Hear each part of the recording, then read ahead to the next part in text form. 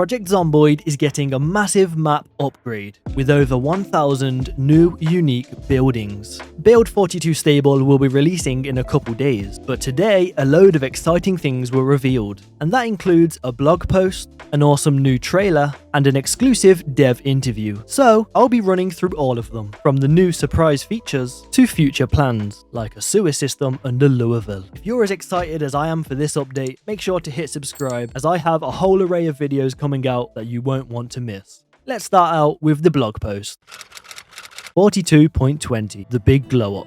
With Stable releasing, and a big part of this is a huge new upgrade to the Nox event exclusion zone that goes way beyond what you have already played during the Unstable beta. Our aim? To create a heavily evolved Nox country that expands and overhauls the game's Kentucky setting with new and reworked areas that feel more lived in, more natural, and more believable as places that existed long before everything went wrong. Since Build 41, the art department has been hard at work on expanding the map westward, establishing an ambitious target quality, and revamping many of the existing towns in-game while also hiring and restructuring. During Build 42, the art department has saw 4 new map artists added to the team, some of which you may recognize from their awesome map mods. The first improvements made to the map itself are those that Build 42 Unstable players have already experienced. Ayrton and Jamie made a first leg of improvement that covered a whole new area, furnishing the extreme west of the map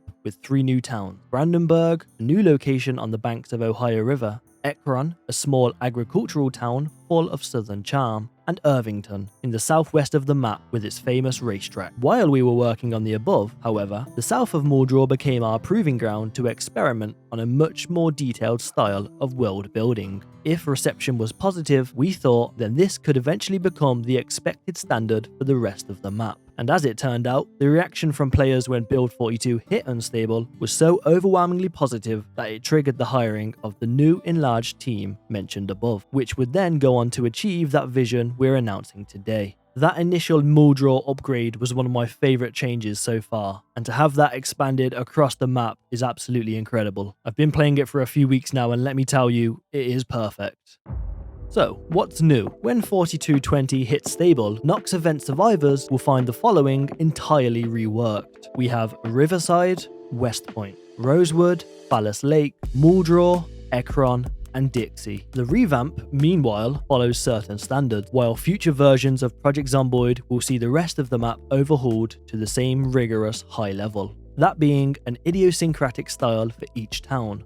Plus, all buildings and houses are now unique, so no more copy-pasting, each house is a one of one. There is consistent landscaping between buildings and unique tiles where necessary. In terms of the differences between Build 41 and Build 42, the surface area of the map has been doubled. In fact, when comparing builds, overall the art department has delivered 1,400 new unique buildings and 20,000 new tiles, which brings the game's tile total up to 35,000. Build 42 contains 400 procedural basements and 75 unique ones, hundreds of posters and wall decorations, light overlays for any source of light, snow overlays, new burn tile variations, new 30-degree roofs, many more types of windows, all the crafting tiles, and much more. There are many other locations to explore too, like an abandoned orphanage, a revamped logging compound, an entirely new prison, a Boy Scout camp, and so on. But we will let you explore all of these nooks and crannies when Build 42 comes to Stable. And of course guys, I will be making some videos on the best new base locations and unique, interesting points of interest. Challenges. While some existing challenge maps are being taken out of rotation for now in 4220, the map update also means that classics like A Really Seedy DA and Winter is Coming are returning with improvements. Meanwhile, 2 new challenges are available to conquer, whether starting at the top of a skyscraper in Top of the World or battling a world full of sprinting zombies in 28 seconds later. Well, that's very good to hear, because I think challenges and scenarios are great for switching up the game, and honestly, the more we have, the better, even if it is terrifying sprinting zombies.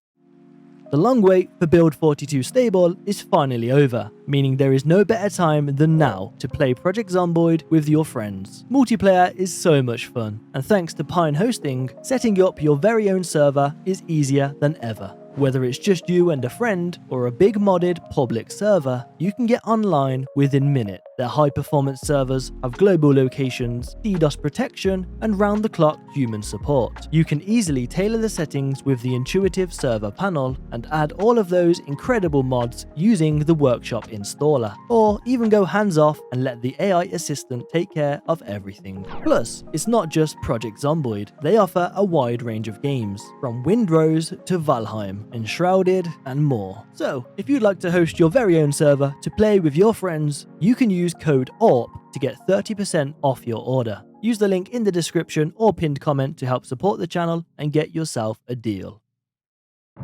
New menu art. When we released Build 42 Unstable, we initially changed the main menu illustration and other added art for loading screens. The artists for these pieces had previously worked with us and provided human-created art. However, on release, the community quickly saw what we didn't: inconsistencies, typical AI-generated artifacts. In the intense period of work to get Build 42 Unstable out the door, we failed to notice the use of AI. As soon as we realized the mistake, the art was removed from the game. Since then, absolutely no AI has been used in our art processes. Yeah, I remember that like it was yesterday. As we moved past Build 42's launch, we began developing the PZ rendered style, which you can see on flyers, newspapers, leaflets, and so on. We are very happy with this approach, as it makes the world we build way more lively and consistent. So, it became clear that the way forward was to use that style to redo the main menu title screen, which you will be welcomed by on the release of 42 Stable. This will only be the first iteration of the main menu, seeing as we have lots of ideas to make it better and more interactive. Alongside 42's spawn map and front-end UI improvements, this is just one part of a more global effort to make the start of a game less austere and more immersive. We hope you'll like it. So the current loading screen is an absolute classic, but as an insider, I can tell you the new one looks great. And I love the rendered style they've gone with throughout the game. All of the new flyers and media look so good. The big glow-up gallery. These are just some of the new and revamped locations in Nox Country. So let's compare them, starting out with downtown Rosewood, and this is how it currently looks. And this is the new Rosewood. Instantly you can see the shops are all the same, however each building now looks much better, and of course we have this big beautiful church, which has moved position. It's currently further down and much more boring looking, but the updated version seems to have taken the place of Gigamart, and you'll see why that is in the trailer. And then we have the West Point Plantation, which is a brand new location, so we can't compare before and after, but it is a beautiful looking place, clearly along the river. This one seems built for a big clan on multiplayer, especially one that enjoys agriculture. And then we have the West Point Town Hall, and here's how that currently looks. The overall building is actually pretty similar, but this one's a lot more flat and boring, compared to the new one which has those lovely pillars, way more and bigger windows. All of the greenery as well makes it look much better. Though I do like the clock in the old one, so it would be nice if that was just a little out of shot in the photo. Here we see Sunset Bar in Riverside, a seemingly new location, and that looks to be on a pier. And as it is Riverside, it will be good to integrate the river a little more. And we have the Riverside Art Gallery, another new location, so we can't compare. But I like that fancy little sign. And the last one is the Kentucky State Penitentiary in Rosewood. I think we saved the best for last here. So this place is of course iconic, and before seeing the upgrade, I had no complaint. But comparing it makes this old one look pretty crap.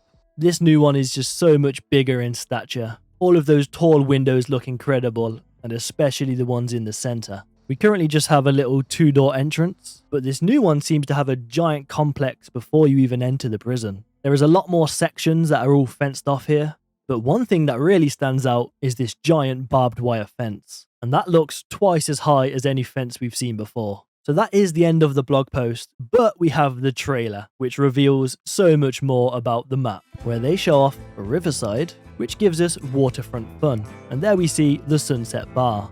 And at the beginning we see a lighthouse, which is cool. We have glamorous residences, and as mentioned, all of the houses are unique. There's some quite fancy ones here, and having all these swimming pools around is very handy. We have a vibrant nightlife, and this area down here, in what looks to be a fish market, looks so good on the water. And comparing this to the current riverside, we can see a lot of changes. The shopping area seems to have expanded, the construction up here is finished, but most importantly is this area down here. Currently a very plain looking neighborhood, but this new area has docks on the water, something we currently don't have around here. So we either have a big lake or a much more involved river. And then of course we have death, plus this beautiful looking theatre. And that's next to the tool store, which is currently right here, another plain area. So we can expect some big changes around here. I won't be comparing all of the shots in this video, however I would like some feedback. Would you guys prefer an in-depth video on each of the new towns that have been reworked? For example, an in-depth guide to New Riverside, which will go through all of the POIs, comparing the old to the new. Or would you prefer one big video diving a little less deep into each of the towns? Let me know in the comments. Next up we have Muldraw, a place that is already beautiful, now even more so, because it has old-timey bars and quaint neighborhoods. When we seen the first glow up in Unstable, Cortman Medical was my favorite place, I think, and the surrounding areas do now look better. But one thing that really stands out is these giant trees. If we look around right now, there's not many trees, besides the forest down here of course. These are the trees we're all used to, but they're looking much bigger in this. And of course, death. But here we can see the McCoy Logging Co. So it doesn't look too dissimilar to the current version which we have here. However, the windows definitely look better, as does the new 30-degree roofs they mentioned in the blog post. And then we have Phallus Lake, which has a great main street, and that is full of unique shopping. And the difference here is just incredible. I am partial to Phallus and Phallus Lake, and have always known it as quite an empty place. But the new version looks so good. We can see way more buildings and shops, plus the visuals of it all I think are my favourite I've seen so far. It's also great because it has transport links, and that's right next to the gas station, which certainly looks a lot different here. And of course we have death.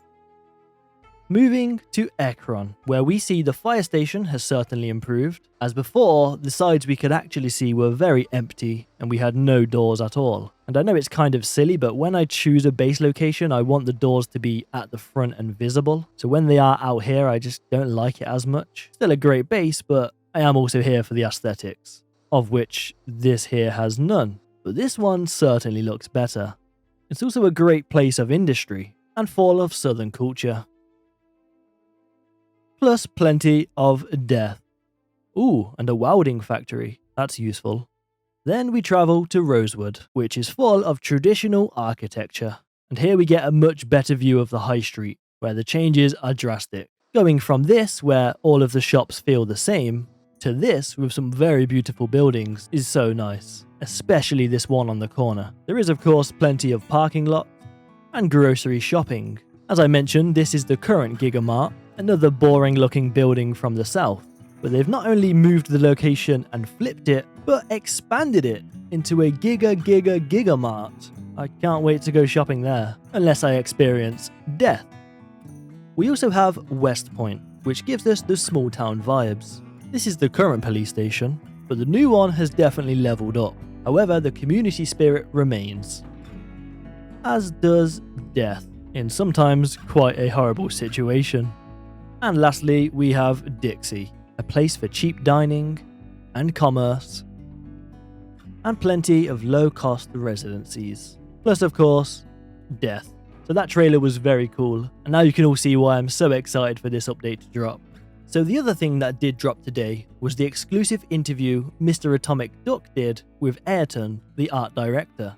And I would definitely recommend going and checking out that full video, as it's full of interesting insights, some of which you need to hear about right now. As we mentioned, the rest of the towns will be revamped in the future, including Louisville, where he said Louisville was first developed before the success of Build 41, and some decisions back then no longer aligned with the current ambition, so we can expect a lot of changes to the big city. And when asked about the lack of basements there, he confirmed they would be developing a sewer system, which would be perfect. When we first got basements, I and many others instantly thought of sewers. And having them running under the big city, it would allow more direct transport between places, but run a higher risk, as you will be underground, in the dark and wet, where there could be hordes of zombies. But of course there's not going to be stairways down into the sewers. And he said, we are still missing the ladder mechanic, but it will come at some point.